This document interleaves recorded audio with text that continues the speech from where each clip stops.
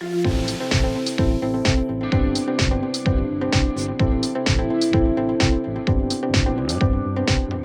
all know that the impact of COVID-19 pandemic has pushed the need to accelerate digital transformation measures. But this has also underlined the need for creating immediate and large-scale workforce and skill challenges. How are CFOs handling this need of the hour? Let us now find out in our next session, which is the digital upskilling, securing future-ready workforce. So let me start with, try to make it a little interesting. So I'll start with the sporting analogy. So we as Indians used to be like gods in hockey. Like we used to we won everything that could have been won till a time, like 1976, I think, when AstroTurf was introduced. And our advantage was gone. And it took us close to 44 years to again win another podium finish in Olympics. So because, we were good at certain things, but suddenly what happened that the rules of the game changed. The controlling parameters which are kind of ruling the game, that changed. So which meant that the skills which we are good at no longer remain kind of, viable in the changing environment. So bringing that to our current, situation that we are in. So we'd like to kind of, start with the idea of understanding first what are those changes that we have seen over the last 3-5 years. And not only limited to your finance function, but overall at an organization level. So we'd like to first start addressing what are the changes, and then we will see, what we need to do to upskill our people and what are the things which are required. So if I may kind of, request you to share your thoughts on what are those key changes that you are seeing in your specific industry, in your sector over the last 3 to 5 years, let's say. This is actually what I should say, very mixed question. 3 to 5 years is a horizon where we saw a lot of good changes. We saw penetration of smart mobiles. Everybody was carrying a computer in his hand, cheap data. So a lot of businesses like our business were enabled. We were beneficiary of this change. Second event, which was a bit tragic because of 3 to 5 years horizon, I would say we all witnessed COVID from 2020 onwards, which did brought tailwind to a lot of digital transformation, digital initiatives, digital businesses. But yeah, so this was, I will say, kind of was a silver lining in the dark cloud. Yeah, that is how I will put it. I'll go back to the year 2016 when the demonetization happened. And I think that was the cusp of digitization happening in the country. So with the digital transformation happening on the payment apps, etc., I think that's where we started realizing that there's much more that can be done through the digital transformation. And pandemic further enhanced that. We never thought that at any point of time we'll have our employees sitting at remote locations, working not only 8 hours, maybe at times 16 hours in a day, because of the situation that was in hand. So I think last 2 years has definitely told us that there's only one constant, which is change. So that's what the digital parameters are talking about. A lot has changed in the last 3 to 5 years. If I look at my industry, which is an automotive industry, we've seen a lot of changes happening. We have recently introduced a selling online platform where the customer can, without even visiting the dealership, can have the cars delivered to their residences, and we've been doing pretty good in that. And a lot of customers have come back and said that that's a definite change which is coming into the market. Never thought that a car could be purchased online, but that's happening, though albeit in a very small percentage, but it definitely is happening. So I think change is the constant, and we'll see much more disruption happening in the future. Yeah. Hi. So it reminds me of the sci-fi movies when most of us were young. We saw drones, space travels, and we saw many such things which has become reality. And to build on your point, it's a reality that today many of the things which we have not envisaged, say as recently as 5 years back, are happening. So very clearly what we saw was being in Thermo Fisher, which is the world leader in science, and it's a US company. We supported a lot in the COVID scenario when COVID happened, like from RT-PCR kits to vaccine manufacturers to medicine manufacturing.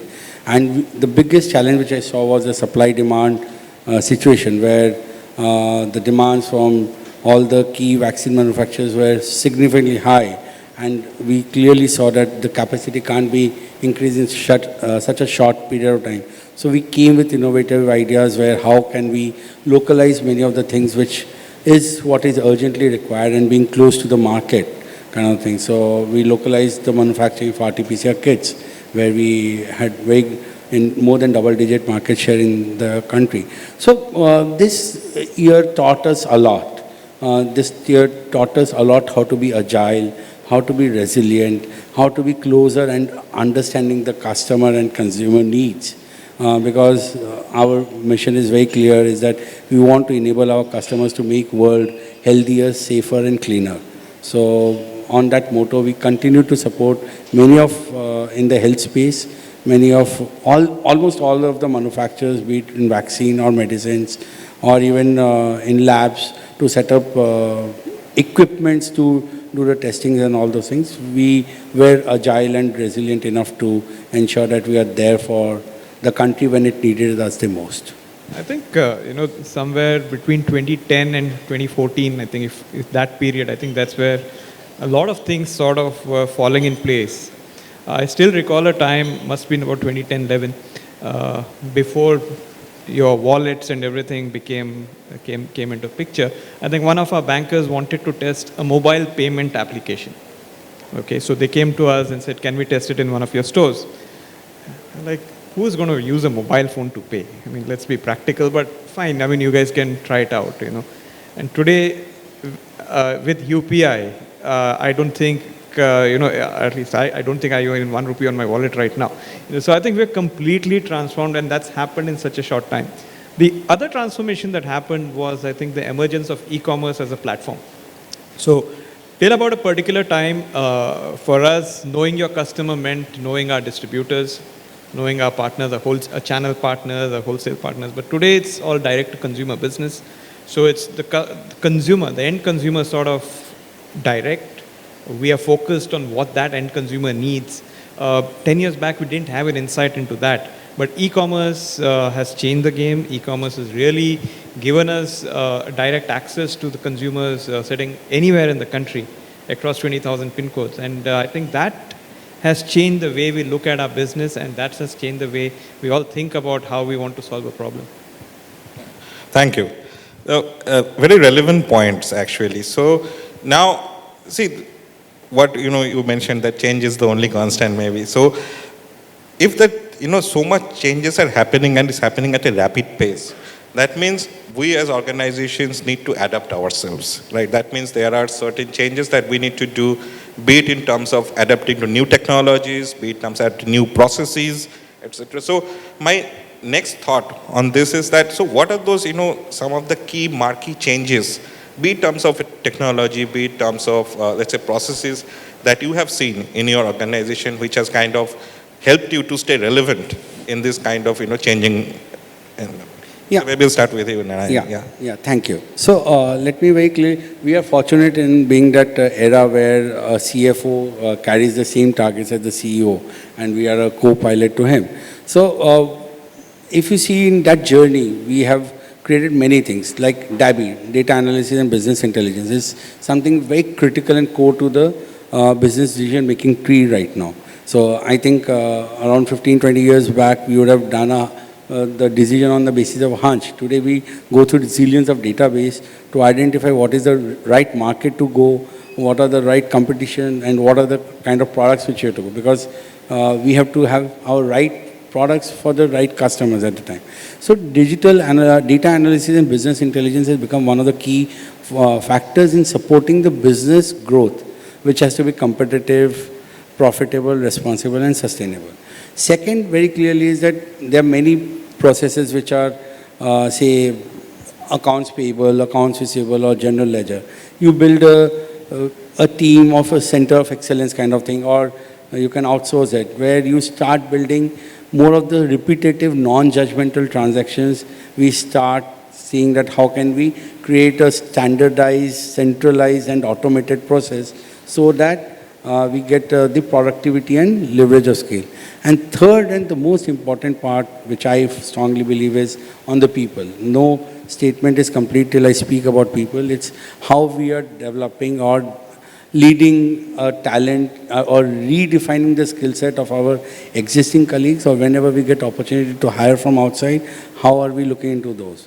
So I was just having one discussion, just take 30 seconds more with few of my marketing leaders yesterday on some leads analysis and opportunity analysis. And what I was most pleasant, the sales guys and the marketing guys, they have developed their own Power BI dashboards for their day-to-day use. And few of them even spoke about the word called R. I said, wow. So that's the kind of, you see that now this digital transformation is not only left with finance or IT or few specialized folks. Everybody realizes the importance of it, and they are actually themselves going out of the way, thanks to many online education platforms. They are able to learn and implement in their day-to-day work so that they save time on analysis and they spend more time on influencing the stakeholders to take the right decision for the business. Yeah, so just to carry forward from where Narayan said, we also look at our other functions other than the finance and the IT functions, looking into data much more closely. The automotive industry as such is a very competitive one, and we need to be one step ahead of the competition. So our marketing and sales team is working on various activities like how to get the purchase funnel in place and how the data can be collated without the manual intervention or collecting the data. Otherwise, earlier what used to happen was that there would be a particular person who would be collating all the data from the dealership and then working it out. Today, we have put up a channel where the dealers can put in their data and then we can scrutinize. Plus, we do have our call centers which provide a lot of other data intelligence from the customers that they speak to. Other than that, we are seeing a lot of developments happening even at our dealership locations. We'll see a lot of digital inputs happening over there. Smaller dealership spaces are there now because you have a phygital sort of environment where you do not have to keep all the products in display. You have it on the walls and the customer can come and go to the smallest detail of a car, which is part of our configurator that we have. So all of these things are changing the entire concept of doing business. And these are the disruptions that are going to lead us to better servicing the customer. So, your thought on this, because you are, I think, in a space where you need to adapt almost like every day to changing environment and this kind of thing. So, yeah, actually, when I was listening to Puneet, I recalled my old articles days. The nightmare was, trial balance when it was given manual trial balance. So today things have changed, and now the pendulum has swung other way. So now my organization is the data first organization.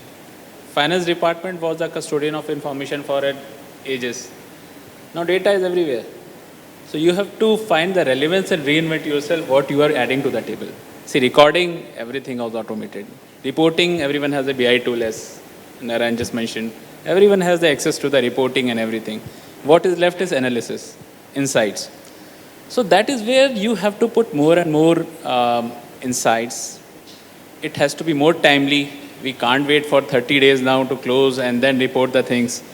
People want things on flash. And that is where you have to reinvent. You have to bring your business acumen, first principle, and use the tools which are already there and everyone in the organization has the access to.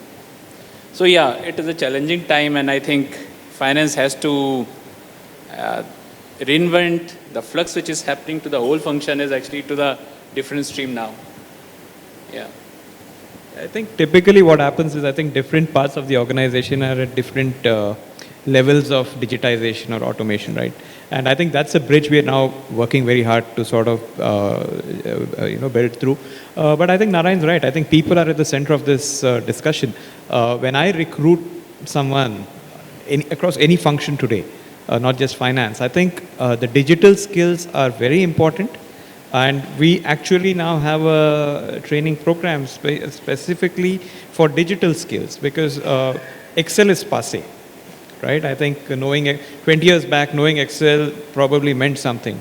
Today, the size of data is such that you're not able to use Excel anymore. So you need to probably know SQL. You need to know a bit of R, bit of Python. I mean, I myself are not so digitally, literate about that. But at least we are telling them how to use this. That also brings to the other table as to one view of data, which again, I think is a challenge, right? I think so. We are constantly building our data platforms, our data lakes, which then democratizes data, which everybody has access to. Then people build their own little tools, what they want to, they drill down and do it. And thirdly, of course, real time. For something like as consumer activation, for example. If it's online today, I think I have a team that can constantly monitor and tell me what's working and what's not working.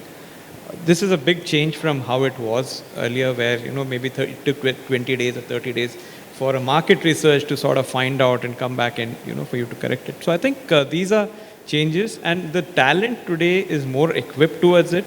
And if we do not invest in the right tools, I don't think we're going to have a very happy organization at all. So I think the expectation from the employees today is that we have the top-notch tools, whether it's hardware, software, or connectivity, that enables them to do the task seamlessly. As rightly said, I mean, you have, at one side, you have your data. Obviously, there has to be a golden source of truth, as we call that, one view of data. Then on top of that, you have the analytics layer, where you are kind of massaging on engineering the data to come up with the insights. But one theme that I kind of see, common theme which is coming out, is that the people and skill, because ultimately they are the user of data or they are doing the analysis. So, and in today's world now, what's happening, the generic skill sets are there, but now we are getting more and more niche and specialist skill sets. So again, going back to with the analogy that I started with, the hockey analogy. So earlier you used to have the penalty corner specialists. Then you kind of, around 80s you started with that drag and flick. I mean, they become even more specialists than a specific penalty corner specialist. So those are kind of the hot skills, or the things that are kind of becoming very integral part of this whole change that we are seeing.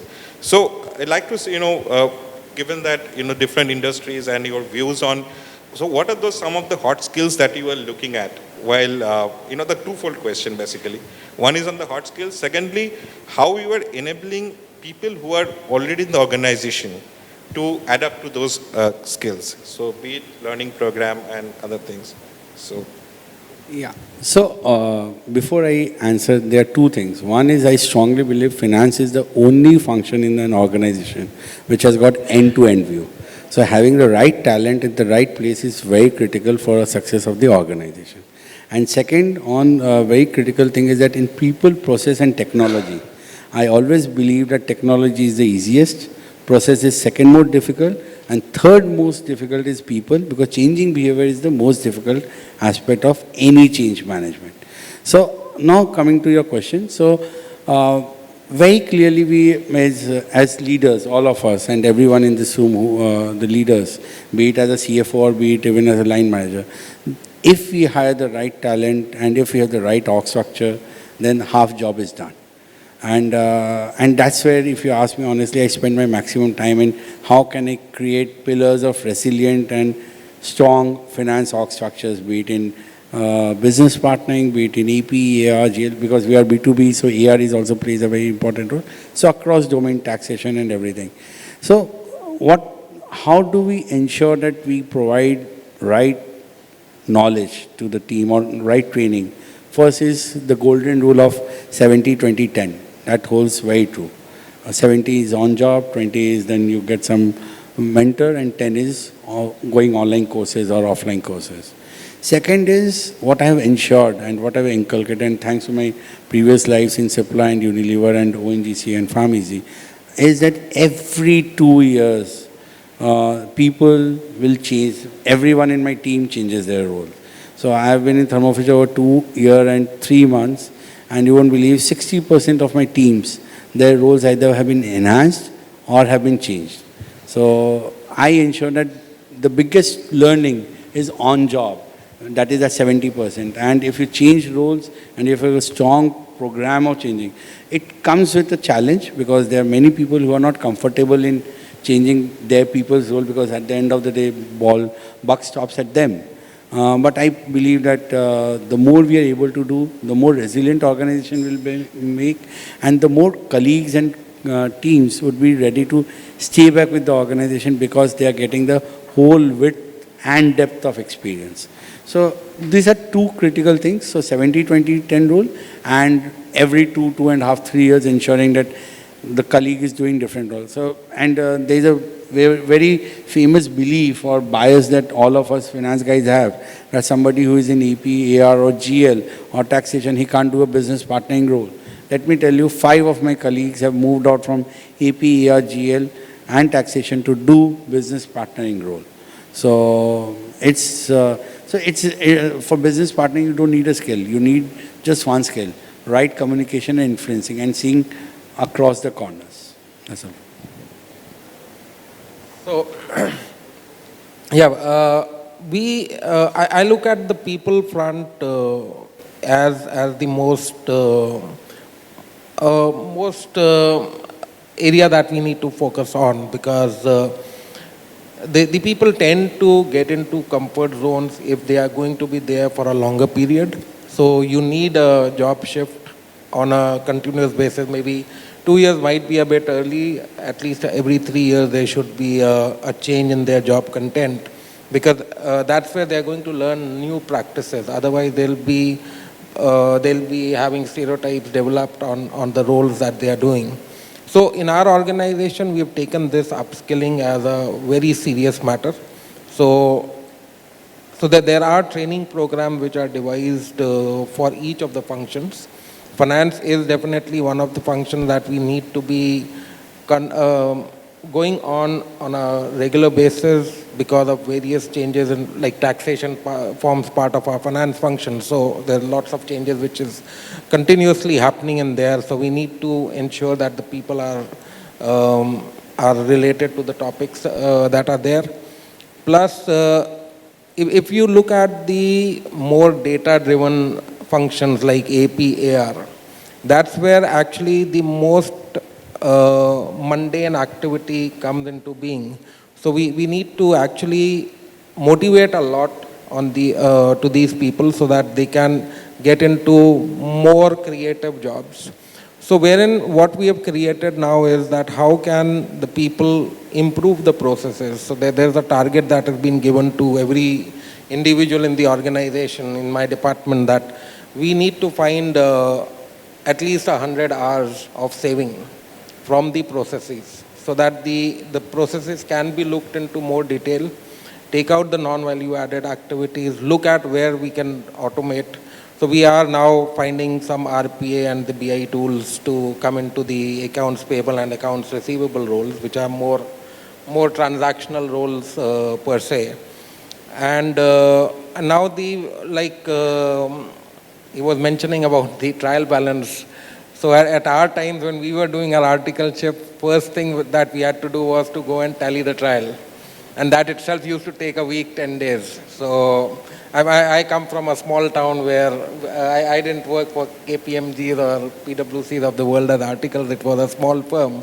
So we used to do right from accounting till the balance sheet audits, etc.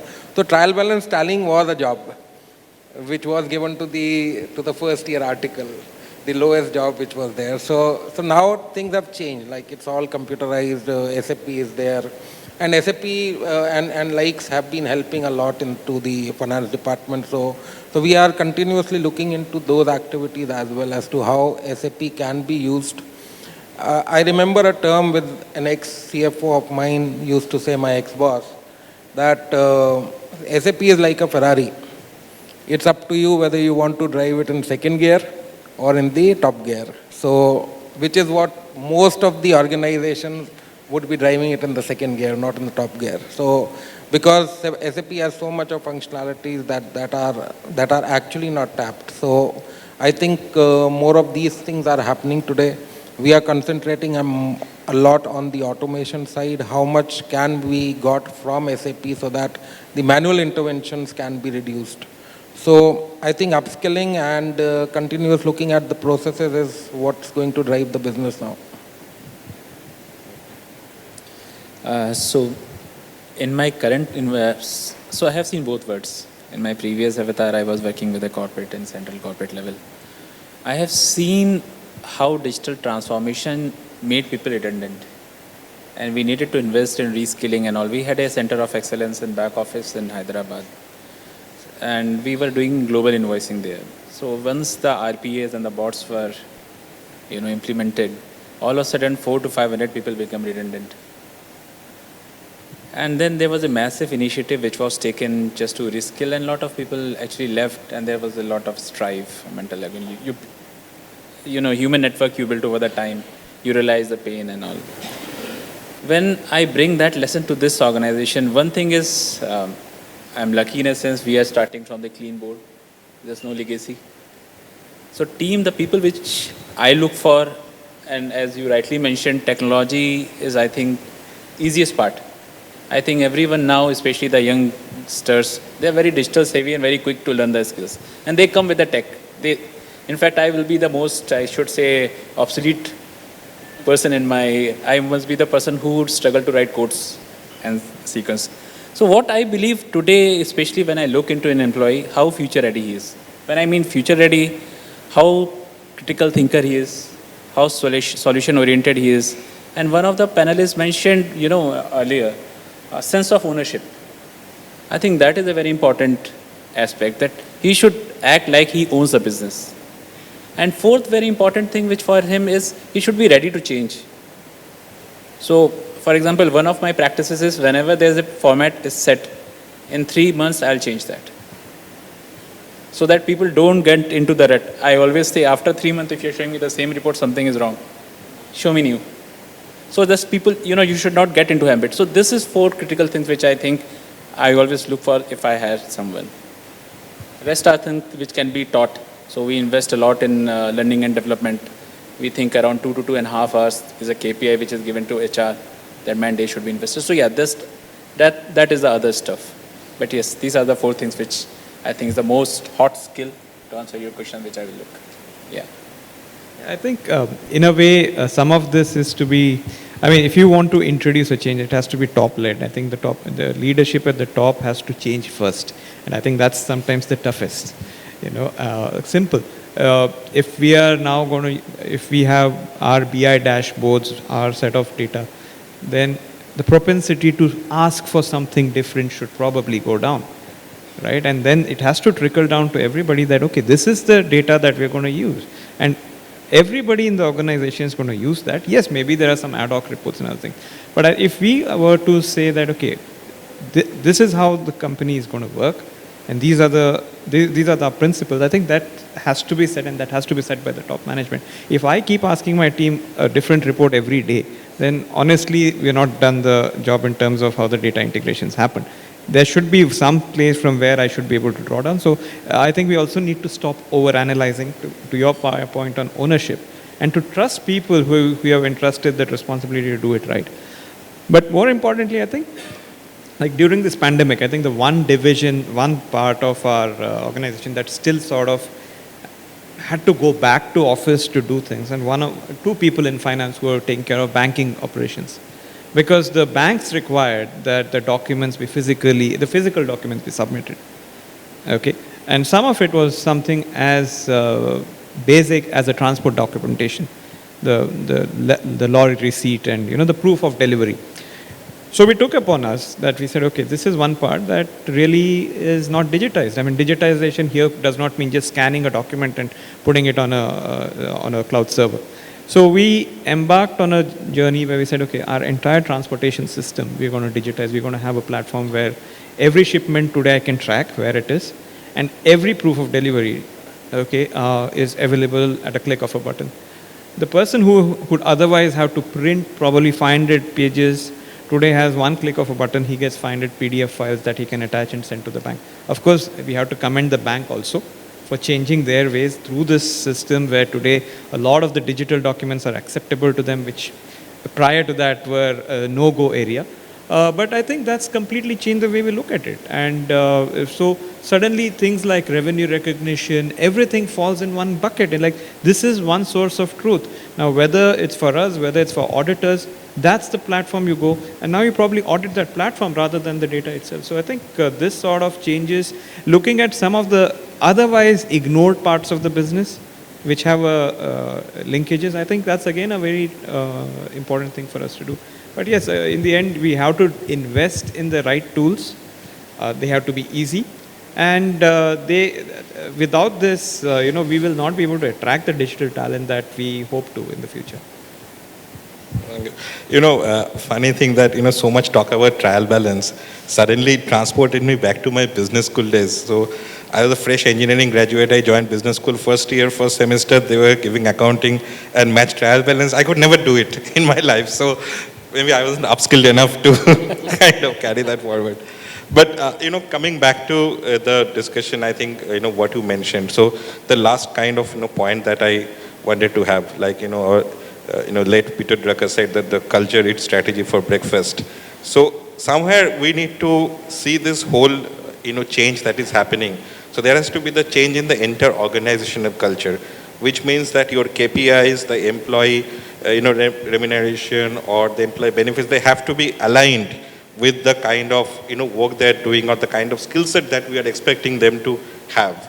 So one part is that, so what is the, some of these cultural changes that we are seeing? And secondly, in this, see, talent is a scarce resource. I mean, we are all struggling with that. And specifically people who are kind of, getting themselves upskilled with this kind of, niche skill set. So we are talking about future ready workforce and how we can secure them. So that second part is that, what should we do at organization to ensure that people who are getting upskilled through, let's say, our internal training programs, or as you said, that, moving around to different departments so that they can gain, more and more experience to retain those talents in the organization. So that would be my kind of final thoughts that I would like to hear from you. Yeah, please start. Okay.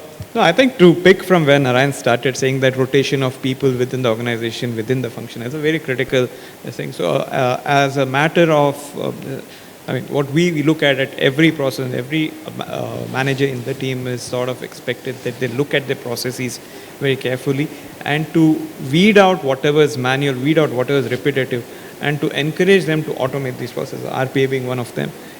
Accounts payable, how do you scan the whole invoice? So why do you need somebody to actually analyze and do this? I mean, it doesn't add any value to the person doing that process, okay? And let's even forget about the headcount that's required to do it. I think it doesn't add any value from their career progression.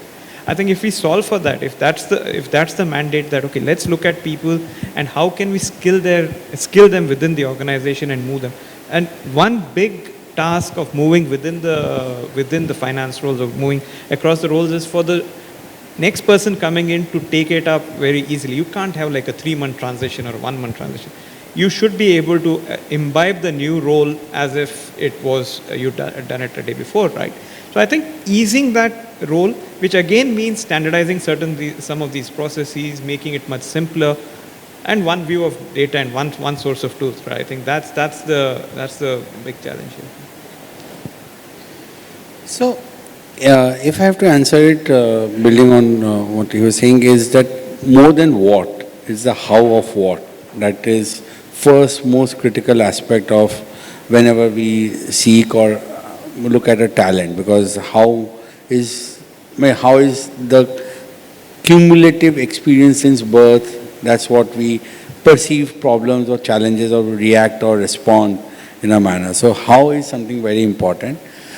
Second would be very clearly is that digital or DABI, data analysis, business intelligence, or digital part of it, it's now no more a choice.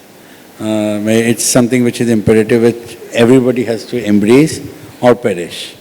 The third would be very clearly is that we have got a very strong models operandi of, I mean, it's like I remember in 2021 when everybody was working from home, we have few of our Power BI or data scientist experts who do it very well.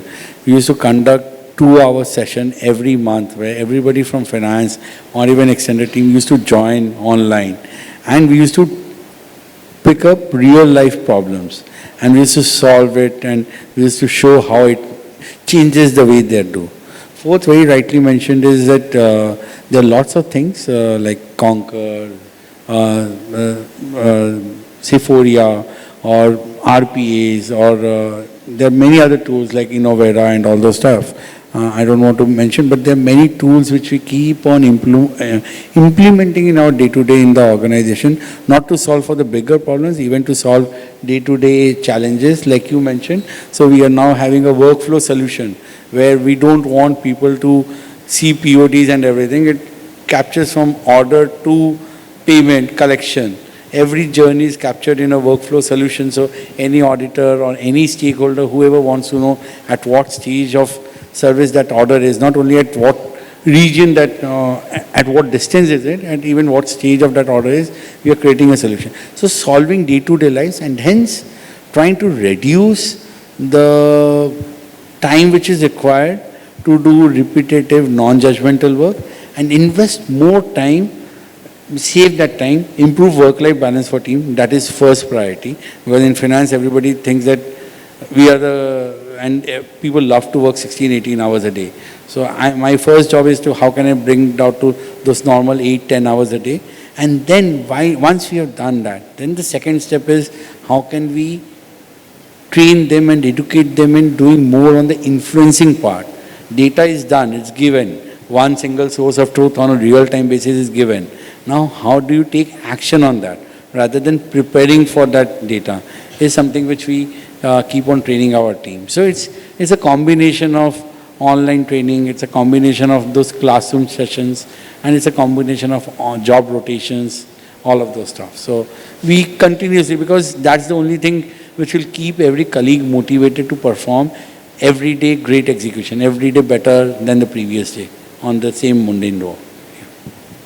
If I may just add one piece, on the tools part that Narayan spoke about, one tool, okay, and again, how skepticism has now changed. Legal guys, very difficult to, convince on any changes. So they always would insist on having a physical agreement, which meant that you're always tracking, acha ye isko bheja hai, wapas nahi aaye, so that sort of comes out in the audit saying that, oh, these many documents were not signed. Getting them to adopt something like Adobe Sign or DocuSign or something. Today, that's the standard. I think every agreement that I have signed, at least in the last 1.5 years, it's on one of these platforms. And it's become the acceptable norm. You have a digital copy, it's immediately there. And I mean, it's sort of to the workflow thing, right? I mean, you know where it's coming from. It's got a complete audit trail of who signed when. It's there. Now, again, legal enforceability, changes in law, how we're going to, have the stamp duty, all that's to be taken care of separately, no doubt about it. But from a workflow point of view, I think these changes are so critical. And in a way, I think COVID sort of pushed this very, very swiftly. So today when I recruit someone, the first question that person asks me is, how digitally capable are we as an organization, as the function? So this is happening because everywhere you'll see a lot of digital footprint already having taken place. So it becomes actually a challenge many a time if you are not digitally sound in your organization to hire people. Because which means that if you're not digitally sound, you'll have to have more manual processes in there, which means that there would be a lot of hard work, more so of manual interventions to be done. So which is what the today's generation, like we've been highlighting all this while, is not really looking forward to. So digital transformation is going to happen and it should happen. Otherwise, like my friend said, that it is take it or perish. So that is there. Plus, you talked about the compensation part, but today when I recruit people or even when I talk to my current staff, the one thing that they want is flexibility. So flexibility in the office hours, flexibility of working from where and how. So we as a company have a policy that we are 30% work from office, 70% work from home. So that's a global policy that we have done. So I was mentioning to you during the lunch break that we have 3 C's in our organization.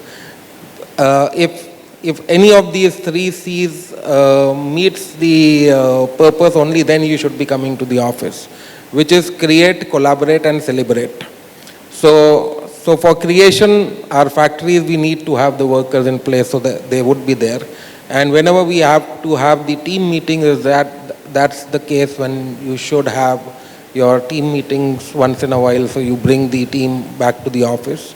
And then obviously whenever you achieve something, you need to celebrate. So this sort of a thing is definitely getting to the right chord with the employees.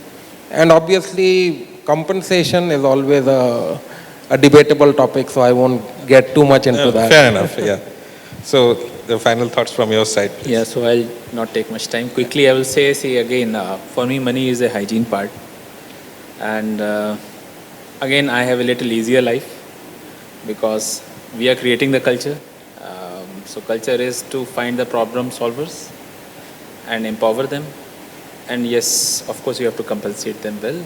If you are able to do that, you are able to retain it. And then there is a joke which I cannot resist, which I have read in LinkedIn. So one manager said, if I upskill a guy, he leaves. So his boss retorts, if you don't upskill him and he stays, then what? So that is Thank you.